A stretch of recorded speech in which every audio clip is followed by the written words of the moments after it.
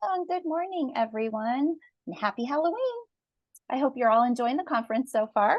My name's Terry, and I'm so glad to welcome you to our session today, Student Success, What We've Learned and What is Next. Before we get started, I'd like to share a couple of quick housekeeping tips. If you would like, we would love to have you introduce yourselves in the chat feature. We'd love to hear from you. All of the attendees are muted. So if you have any questions, we ask that you put those in the Q&A section of the platform, and we will address those questions as they come up. Also, the session is being recorded, and you folks will have access to the platform to these sessions for 90 days after the conference. And then lastly, just please remember to fill out those evaluation forms at the end because your feedback is really important and greatly appreciated. So with that, I'd like to welcome our speaker, and I'll hand this over to her. Good morning, everyone. I am so excited to be here. My name is Dr. April Laverne, and I am the Dean of Strategic Enrollment Management and Student Success at Nunez Community College in Chalmette, Louisiana. And today I'm going to be sharing with you the development of our Student Success Center and what that has meant to our learning of student success and what we are going to be doing next. Because, as you know, student success is always a growing thing. You're always adding different abilities and supports for the students to have access. So I want to thank you all for being here today. So just to give a little bit of information about Nunez, Nunez was established in 1992 as a community college. Prior to that, we were St. Bernard Votech. So that was, a smaller college, and it was actually broken up into multiple pieces. And then in 1992, it became a cohesive community college. So this session overview is just going to kind of talk about what we did for our Student Success Office and what we've done in reference to student success. So it'll give you our timeline, the office oversight, our office structure, our events and outreach, our statistics and our goals, what has worked and what we had learned, and then what we're going to be doing next as a college to support our students. So in December of 2021, I actually was hired as the Dean of Strategic Enrollment Management and Student Success. Up to that point, we had not had a dean over the student success portion of the college. It had been managed by our vice chancellor. What had happened is 2018, the chancellor who had been with the college for 20 years retired. So they brought on a new chancellor who is our current chancellor, Dr. Tina Tenney, and she made a decision coming in that she was going to restructure at the mid-level and upper level administration to kind of break out a little more those supports for students, for our finance office, for our foundation. And that's where my job actually came into play, was part of that restructure. So when I came in December of 2021, I actually only had one full-time advisor, student success coach, and a part-time admin. So in that capacity for advising and registration. As you can imagine, with an average of 1,500 students on campus and at least 1,500 dual enrollment students, one advisor and one admin assistant, it was very hard to manage all of those students and make sure they were getting good supports, good advising, good resources. So in March of 2022, we brought on a student success coordinator and 4 student success coaches. So when we brought those students in, we actually created a whole office of student success that not only managed advising, they managed student early alert, they managed tutoring, they managed testing, they manage admission issues. So everything kind of became a one-stop shop for our students instead of having to go to admissions, go to register, everything was in one place. They even had the beginning support for financial aid. So if they needed to fill out their FAFSA, if they had questions about paperwork, if they had, any little things that they weren't understanding, they could go to those student success coaches as opposed to having to go to multiple areas to do that. Unfortunately, in December 2022, one of our coaches left. Unfortunately, she found a better opportunity actually through Nunez, going through our petroleum technology program, and went to work in the petroleum tech field after one semester through our fast track. We did hire another coach in March of 23 who actually left after a month.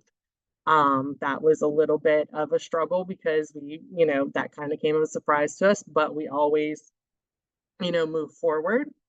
August 2023, we had one coach that left, and then we hired two coaches. And in the midst of this, I was also in the process of hiring a new registrar because during this time my registrar left. We had a new one come in. So it was quite a time of change and a little bit of, upheaval, not terrible, but just a little bit of change. And then in the present, we've been in the process of hiring a testing administrator and career coach. We have now done that as of today. So we are very excited to have those people on board with us and very excited to have those resources for our students. So the office oversight that we have, you can see where our Student Success Center lives. We have our, as I said, like our tutoring, testing, career initiatives. We have academic advising. Students can come in person or they can request a virtual appointment. We do virtual Zoom appointments because some of our students just can't get to campus. We have orientations for the students. Those are not mandatory because the population of students we do serve, our average age is 27. So sometimes with those other responsibilities they do have a hard time getting to the orientations. We did actually create virtual orientations as we built this group to allow them to have that access to the orientations without having to come to campus. We do them at different varying times. We will have some early in the morning, some in the afternoons, and even in the evenings. And we actually tried out having one last semester on a Saturday in the evening. And that actually was well attended. We were surprised. We didn't think anybody would want to take their time on a Saturday to do an orientation, but we were pleasantly surprised that we had students attend. Our communications to the students has increased. Previously, it was just automated emails that went out maybe once or twice before the semester started, letting our applicants and our current students know registration opened. Now we have multiple communication plans that start from the time applications open for the semester all the way up until the first day of class, because with our students, they can apply and register all the way up until the first day of classes. So to have that access for them and to have that information going out, initially I was a little concerned about how much information we were sending, but from what we've surveyed our students, they appreciate the reminders because we send continuous reminders, not just through email, but also through text messages to make sure that they're getting the information they need. So with our office, it's a multi-layered kind of situation for those students to go into where they can get all of these things, have those accesses. So we do have currently, this is the, oh, and I apologize for the typo there on my responsibilities. This is office structure and responsibilities. We have 4 coaches that actually report to my director of student success. She leads the whole team overall and oversees all of their, excuse me, all of their activities, but each coach has a specific area that they work with. So for instance, we have VA, the Veterans Assistants. We have our career services now, our testing services, and our student government. And then our students are spread out amongst recruiting. So everybody does recruiting within the office as well as focusing on those specific areas. For advising with students, from the advising portion to actually registering and enrolling in the classes, I've asked that we always have it no more than 24 hours. If they are with us in person, we try our very best to make sure that they walk out of our office registered for their classes, unless there is some extenuating circumstance that needs to be handled. This just makes sure that everything we've gone through with the student is fresh while they're registering, as opposed to having the advising and then walking out or leaving the Zoom room, and then they're confused and get frustrated and then just not register. And that's never something I want to happen. And I've always told my team, and this is something that I will continue to tell them until the day that I retire, the bravest thing our students do is decide to walk through our doors. So the next thing we need to do is make sure that they feel brave enough to continue and have that confidence to persist. All of our coaches have a caseload between 150 to 250 students.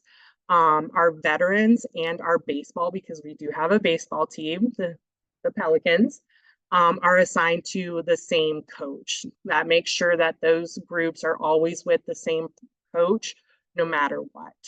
And then our faculty eventually will get our students on the back end, the last portion of their program, they have a faculty advisor.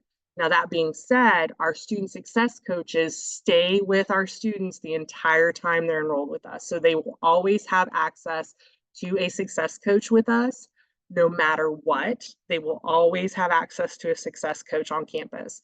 So that way they have somebody who is always familiar, because sometimes faculty, we have turnover and they may not know who this new person is. And of course, students are going to take different classes, especially if they're not in some of our CTE programs, such as welding, nursing. They see the same instructors for a year, 2 years, however they're long in the program. But for our Louisiana transfer programs and for our general studies programs, the students are taking, math, English, history, physics. So they're seeing new teachers each semester. So we make sure that they stay with a success coach so they have somebody familiar to them. Our success coaches also help with wraparound services, such as if students are having hunger insecurity, if they are having transportation issues, if they are having childcare issues. We have a list of resources that they can access that we can give them to point them towards those resources to have help with those things. We've actually written for a grant that we're hoping to get for basic needs, which would support those things, to add to our food pantry, to make it more robust for transportation. A lot of our students do use the New Orleans bus system. So just making sure that they have access to that, where it's not a financial burden that is causing them not to come to school. We have what's called Love Your Community College Day every year. Those days are generally, excuse me, on Valentine's Day. We try to have it on February 14th, just because, we love our community college. We want to celebrate that and bring in any students or public who would like to visit the institution and see what we're doing and learn what we're doing. That is a big thing with us, to get to build those relationships before they are actually students and get them to buy into what we are doing and what we're supporting on the campus. We are able to make those connections with counselors, especially. It's a big part of our recruiting with the local high schools and the parents. We invite everyone. We tell them, hey, your student's coming to Love Your Community College Day with their high school. As the parent, you're more than welcome to come either during the day or in the evening. All of our faculty and staff participate. We bring the students in and we actually walk them through a small project in the areas of looking at those programs. So if you're talking about our coastal studies instructor will bring out her 3D model of a coastline, and we can have the students show us how to build a block to keep from losing coast. different things like that. And then we make it a memorable event. We have shirts that say love your community college. We have little candies. We're, all running around in our event shirts saying, hey, love your community college all day, including the staff that's even just working the desk and everything. We have everybody kind of in this event to let the students know, hey, we care about our college and we care about you. We care about you being here and being a part of this, and we want you to know how much we love that. So that's really what that event has become for us. It's become a rather large event. Our initial event in 2022, we had about 200 students. Our last event last year, we had almost 500. So between students and parents. So that was very exciting for our college. So this is what our logistics looks like for the event. We call this our Christmas tree. So we actually set up for the students to make sure that they are hitting all of the information at the college, so that we have a good schedule where they are they're only in the room for about 5-10 minutes. We actually have a guide that's standing there reminding the staff and faculty who are talking, hey, you got 2 minutes, you got 1 minute, but we're making sure they're hitting all the areas of the college and all of those programs so that the students can see everything. Because sometimes with these programs we found in the past, they were seeing, maybe 5 or 6 programs, and it may not would have been what they were interested in. By bringing the students in for this day, especially our high schoolers who are, kind of on the fence about what they're doing, this is a really good day for them to see those things. And then we also have this same setup for our evening hours for our community come in, because surprisingly, even though in Chalmette, Nunez is on a main thoroughfare, there are individuals in our parish who do not know what we do at Nunez or even where Nunez is. So by having this event and bringing those people in, it starts to bring them into that we are here to support you. This is what we can do. This is the resources you'll have. And hey, while you're here, this is also the programs we offer and how those programs work, which has been a very big indicator of what our students are interested in, because looking at the data we get, because we do have them fill out interest cards, we have seen growth in those areas where we had not before. So for instance, our welding program had low enrollment, and we found out that they weren't being given opportunity to present to the students and show the students what welding was and how to do welding. Well, now we are having wait lists for our welding courses and our welding programs. So that has been a wonderful growth there, as well as in our excuse me, refrigeration courses and our carpentry. And we would have a lot of students going, carpentry, what can you do with carpentry now? Isn't that, and being able to show those things to students has given them a much better idea of what those things are and how to get jobs in that area. So we have also built out for our college community events, very large community events. Our biggest one is our Nunez Community College Trunk or Treat, where this just gives an opportunity for us to have all of our students, their families, the community just come onto campus, see Nunez. We have advertising for our programs. Our programs participate in the trunk or treat and have different events going on. We'll have games, we'll have learning activities, but it has brought a very large group on campus. The first year we did this was in 2022. We were hoping for about 350 people. We ended up with 2,500. And that's grown since then. We had our third one this last week before last, on the 23rd of October. We had 4,000 people on campus, and we had over 150 individuals stop at our recruiting table to get information about Nunez. Students stopped by to ask questions, ask about resources. We had some of our support partners there. We had our TRIO which is our workforce area that helps students get funding for jobs. We had our mental health group in for students to talk to them and talk to them about their resources that we have on campus, because we've actually just added a mental health counselor to our on-campus infirmary. So we had all of that in a way where they were just like, hey, we're here. And the students were able to just bring their families in and talk to those resources, and the little ones got some candy. So it was a very wonderful event. And this is just some pictures from that event. We're very happy. Actually, if you see the lady with the doctor's cap on, that is one of our instructors. They were actually making slime for the event, which I do not think some of our parents were very happy about.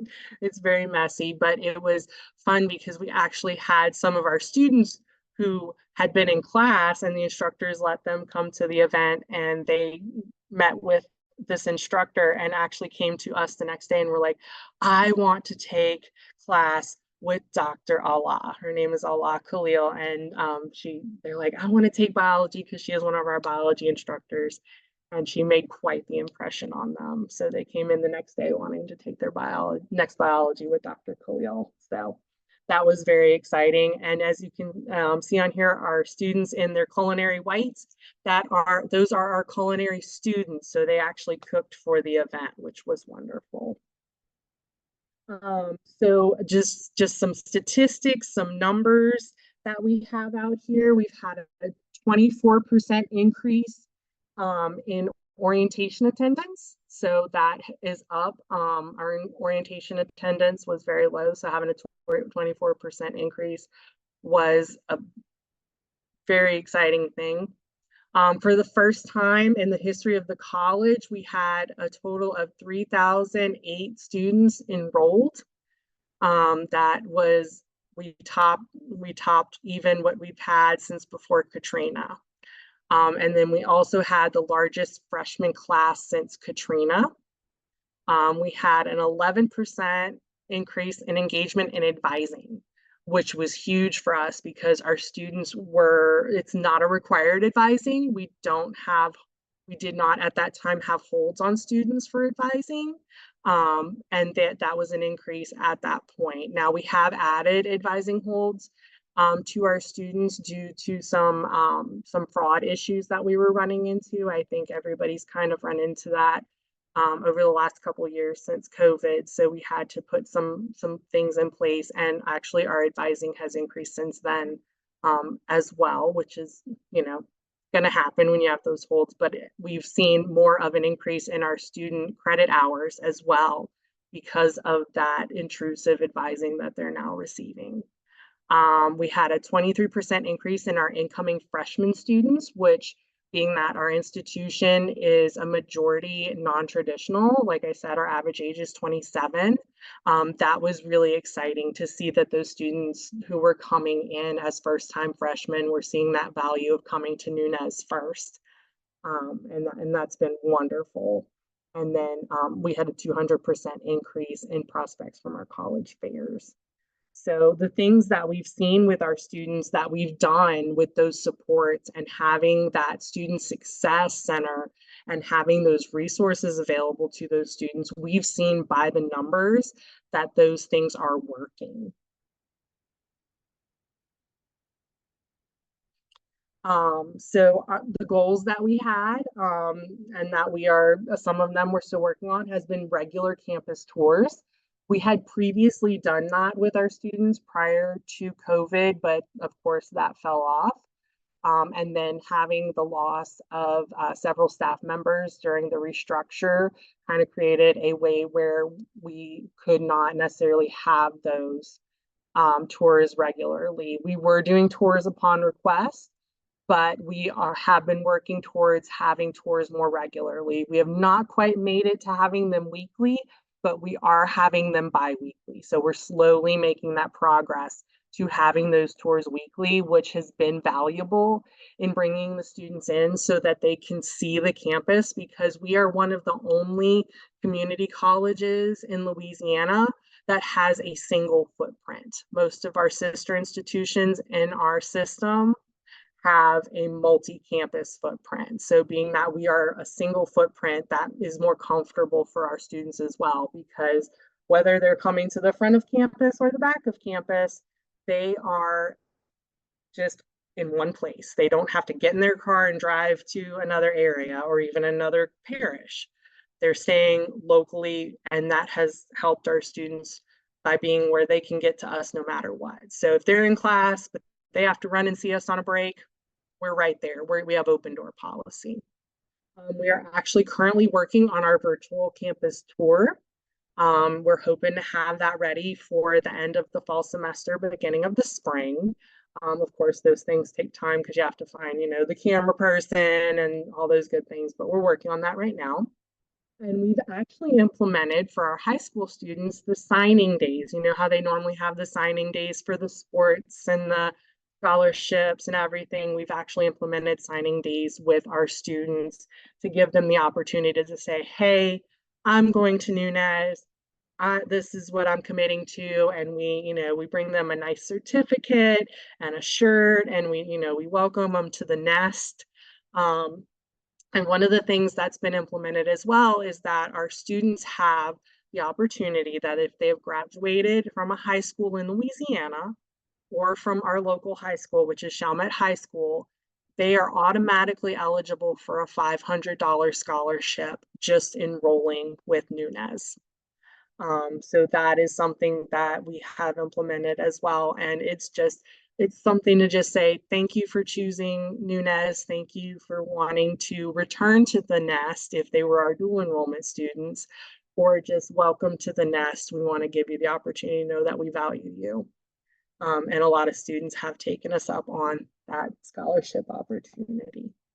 What has worked? So our special populations, specific coaches for our veteran and our baseball students has been very valuable because those students have some unique needs, especially for our veteran students who have certain requirements for their benefits, as having to have just the courses that are within their program and making sure that they're taking the appropriate courses every semester so that they are keeping their benefits and finishing within the timelines prescribed by the VA. Also for our baseball students, they have a very specific schedule because they also have practice. So making sure that they have that point person to say, okay, this is what your schedule needs to look like. This is what your practice schedule is. So let's make sure that we're not getting in the way of your practices, but we're also being strategic to make sure that you're being successful in your classes. And that's been very helpful to have those special populations. We are actually going to be moving that a little wider. We are looking at starting a life program for students with cognitive and physical differences that need that additional support structure. That is in the works, very early stages right now, but we're hoping to have a coach specifically for that that population who will work in concert with our ADA coordinator on campus. We have had more recruiters, so that means more people being able to go out to our college fairs at the high schools, but also just doing classroom visits. We have found it very, very valuable to have just those small group classroom visits where students can ask all the questions. Any questions they may have that they may, not really want to ask in front of people at a recruiting fair, or not want to ask just because their parents are standing there, going to those classrooms, and we just use it as like a, hey, do you have questions about Nunez? Do you have questions about just college in general? What can we give you to help you, understand this process and not be as nervous about it? And the students we found for those events have enjoyed it immensely because they just start getting in, they really get into it like, well, what if I want to do this? What if I want to be a football player, but what do I do if I, break my leg or whatever? So having that discourse with those students in their environment is really great because they're more comfortable and then they get those questions out. And then Also having the oversight on courses, we conjoined with our academics department, where we regularly meet as a team to look at the schedule and see what is working best for our students, as to see, do we need more of these sections of history, or do we need less sections of history and more of fine arts? Do we need to, share some more resources at a certain time of day for a certain group of students, because they can't come to the office? Do we need to stay later? Just different things like that. So knowing that schedule and having that input with the schedule with our students, and knowing when and where we can meet them, because I always tell my staff, we can't always expect them to come to us. Walking in the door is the bravest thing they do. And sometimes we've got to go to them because they're scared to walk through another door because they don't know how to ask, or they're embarrassed to ask. So how can we bring those resources to them to make sure that they're being successful? Because ultimately their success is what we're here for. If we're not here for that, what are we doing, right? So what we learned: testing, recruitment, advising are difficult to do during peak times. We know this. I think everybody in our realm knows that those things are very hard to manage when you're trying to advise students. So we've, learned that those things need to be separated. So we've actually made a little bit of separation there during certain times to make sure that everything is being done to the best of our ability. Because when we were looking at it, it wasn't being done to the best of our ability, and that was not serving our students well. So what we also learned is that students tend to continue to come to their original success coach for advising, regardless of their faculty assignment. So like I said, we do have a faculty assignment for the student, but they're going to continue to come to that coach because they are familiar with that coach. This can make our workload challenging for our coaches, especially during recruitment season. So we've been trying to manage, okay, what's the best way to help those students when we have recruitment season, we're out of the office regularly. So there's been several conversations this semester. We tried doing a little bit more of scheduling with our students, setting times where the advisors were in the office and saying, okay, if you need to see this specific person, this is their schedule for this week during this recruiting time. You can schedule an appointment, or you can meet with one of the other coaches, giving them options so that they can meet with somebody that day and get their questions answered. But if they needed to absolutely see Miss Megan, for instance, is one of our coaches who's been with us for a while, they can make an appointment to see Miss Megan and have that comfort of knowing that they're meeting with her. Staff turnover and hiring timelines can slow planning and progression. So we've worked on ways to work around that, especially because we have been in a hiring phase, because we have lost several coaches and hired several coaches. So we've worked out a plan for when we do have coaches leave and when we're hiring new coaches, how we kind of separate out duties to make sure things continue to move and progress for our students. So they're not just waiting around or having to, feel like their questions aren't getting answered just because we are short a person. One of the big things we learned is that culture shifts are hard. We went from a very, very different culture when I first came to Nunez. It was very much let the students figure out what they're doing. Advising is a hit or miss. We're just going to let them do what they need to because they should know.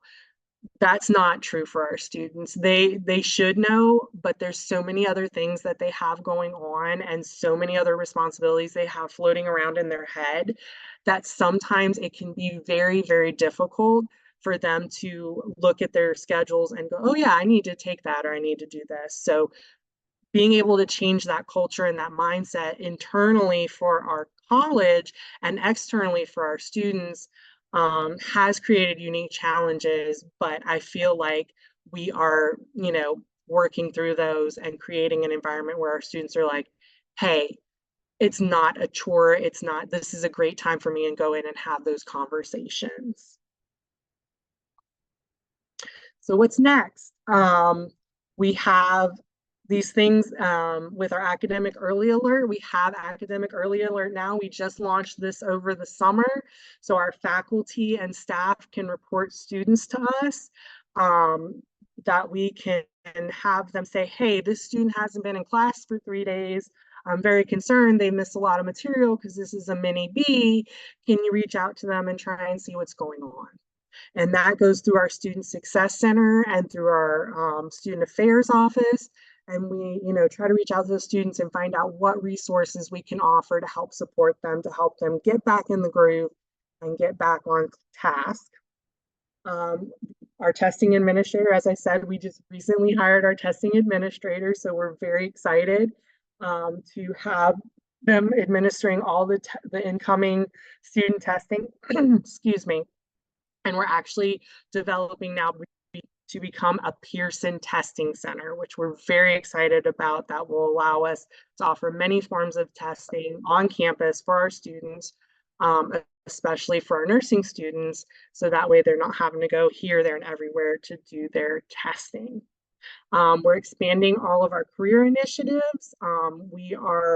We've added a career coach again recently, and so we're expanding those initiatives. He's hit the ground running. We've already had a transfer fair since he's been with us, and now he's doing resume workshops regularly for our students and also scheduling classroom visits with our senior level students, our graduating level students this semester, to work with them on resume writing and interview skills. And we also have a career closet on campus for if they need clothing for interviews and they do not have that, they can visit our career closet and receive some clothing for them to have for that interview and to keep.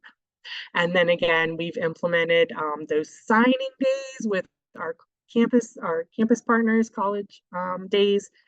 And we've also, we are prioritizing our dual enrollment partners to get them to finish their credentials, because those students are starting with us. And in many cases, they do not finish those credentials. But if we can get that resource to them about, okay, this is where you are, you've got like 3 more classes, you've got another semester to go, really kind of implementing that to bring those students back in to say, hey, you can get this and you can go out and start working right now and be making some money while you're waiting to go to college in the fall, or, what have you. Oh, and this is my 2 Success Center contacts. So if anybody has any questions, you can reach out to them. I forgot to put my email on there, so I apologize for that. But they are my right and left hand here. So they are with my Success Center, and that's where all of this information kind of came from. So are there any questions from anyone? Any questions can be populated in either the Q&A section or the chat. So far, I don't see any questions, but I did want to say there's definitely something you said that resonates with a lot of us, and that is that the bravest thing students do is walking through your doors. So I think we all can relate with that. And then there were some comments in the chat about, some of the great programs that Nunez does. Dr. Laverne, we really like the Love Your Community College Day, and then the trunk or treat, to get the community involved. That's fantastic. So a lot of positive comments with that. And I think that's been a big thing for us, is to have those events, because like I said, with our community, they just don't realize what's here. And I have to, I lead a great team, and I have to credit them for that, because they've really made it like a very exciting thing to be at these events. You go to events sometimes at colleges, and they're just like, oh yeah, welcome to our college, take a look around. But they've really helped me to bring my visions to life, because I have these ideas and I bring them, and I tell them all the time. I said, you know what I'm talking about? And they're like, sure. They're nodding their head.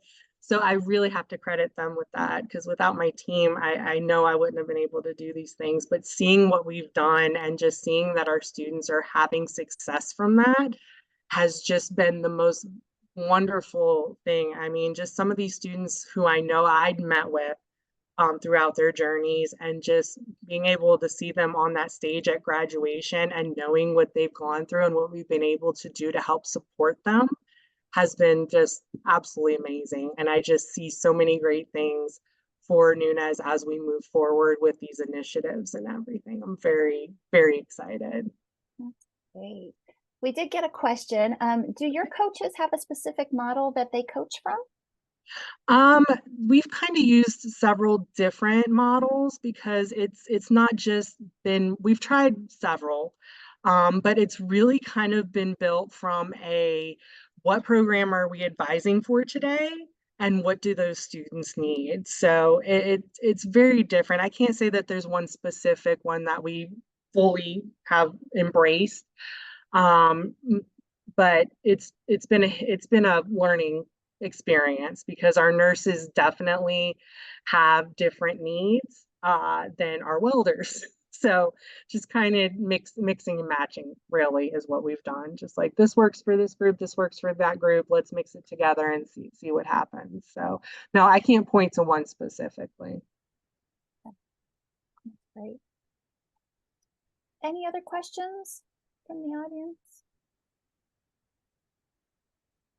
Well, I do appreciate you sharing all these, great, success stories that you had, the data that you have showing that the programs are really working, and the student success coaches and, everything that they're involved in, and that the students really are with that, person, throughout, I think is really helpful. And, they're like you said, the one-stop shop for for those students. Really makes it very easy. Oh, let's see, have another question.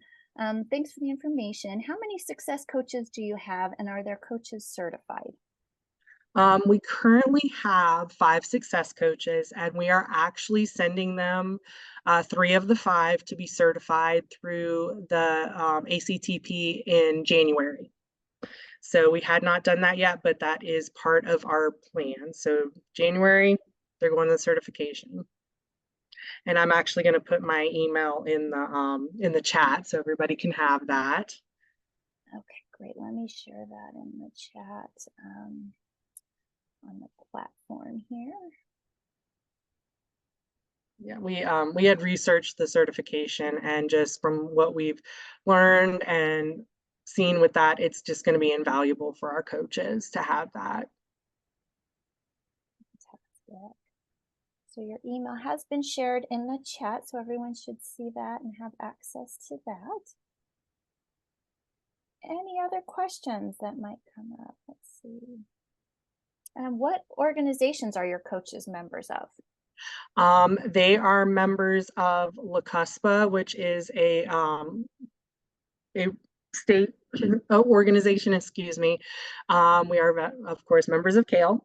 We are also members of ACTP, and we are members of LACRO. So we're all members in those areas. Fantastic. Let's see, who will they be certified through? They are going to be certified through the ACTP, which is, I can't remember what the acronym stands for. Give me 1 second and I can tell you.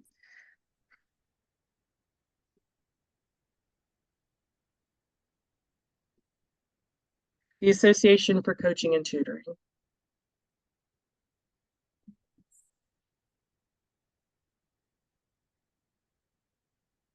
And they are very, very excited. We got some funds, some grant funds actually, to be able to send them, and they are just over the moon. They've been making plans for 3 weeks now, going, oh, we're gonna study like this, and we're gonna bring all the tablets. They're gonna bring all the iPads and have, chat groups for it. And they've just been so excited that they're gonna go do this. And my director is just over the moon because she just believes wholeheartedly that this is going to be just invaluable to our students, for our coaches to be certified.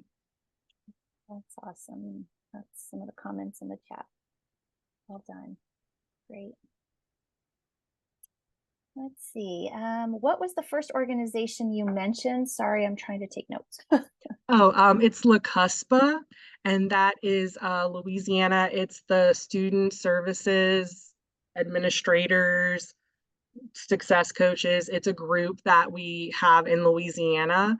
We meet every year to just do presentations and share wins and new resources and all these things. It's just really, it's a conference group that we talk to each other all year, and we do presentations through our colleges, but once a year we all get together and meet and have the event, and it's called La Cuspa, and it's just a very good event for all of us to get together because it's the 4 years, it's the 2 years, it's the preparatory, proprietary, all of that. We all get together and share what is working, what's not working, how things are feeling, how we feel right now with all the new things. We just found out yesterday they've gone into a special legislative session here in Louisiana, which may or may not affect higher ed. So we're all kind of holding our breath. Yeah, it's good to have those collaboration. Absolutely. Yeah. Especially since some of our colleges are so close to each other, having that person over there that you can call and be like, hey, my students want to transfer, but they're having some struggles. What can we do to help them, get over this little hump in the road?